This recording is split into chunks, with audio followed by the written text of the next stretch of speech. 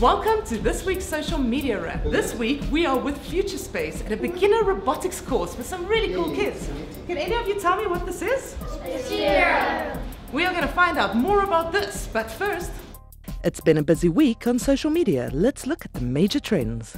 This week we saw the state capture inquiry make a huge impact in our social media conversation. Trump and the South African farmer story, unbelievably, is the second top spot in social media this week. State capture has a huge number of items, but with the Trump farmer story, many people are retweeting, engaging or saying something on somebody else's conversation. Theresa May is another one. Her trip to South Africa and her dance moves left social media laughing this week, but her interview about Robben Island and Mandela went down very badly in the social media community. Benang also made headlines this week as she disputed fraud allegations, and the land expropriation is still one of the largest conversations this week. This story has been on the charts for a good 4 months now. Salim Saminga and Herman Mashaba combined to make one of the biggest stories this week as well, with the various votes of no confidence, etc. Also, Athol Trollip is in there as well, but a little bit lower down on the scale. Steinhoff investigation also had us glued to the television. It made a big impact.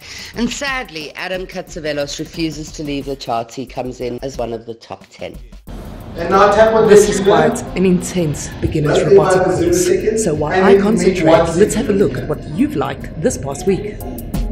The top stories on SABCnews.com, as liked by users, is President Cyril Ramaphosa hitting back at his United States counterpart, Donald Trump, saying it's wrong for him to interfere in the affairs of South Africa. The story on the Freedom Front Plus wanting the US to impose economic sanctions on the South African government also brought traffic to our website. Motorists were particularly interested in the closure of the Kasoni Bridge on the M2 freeway in Johannesburg.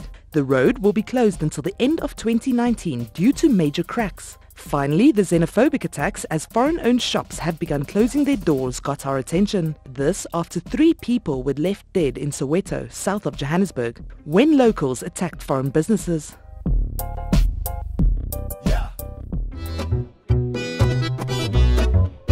Future Space is an initiative of Think Ahead, and it's a space that is used to teach students 21st century skills. But what exactly is a sphero? It's a thing that you control it with an iPad, and there's like buttons on the iPad, and you can do all sorts of stuff, and it changes color too. It's a ball it's a coding ball that you could tell what you wanted to do. Well, that clears it up. But why is it important to teach kids how to code a robotic ball? If you look in the year of 2030, it's predicted that 80% of the jobs are going to be automated. Teaching kids to code is not about preparing them to be software engineers. It's about helping them understand how software engineers think. So it's a combination of computational thinking, so breaking down problems and just assisting them in understanding how to solve complex issues in life.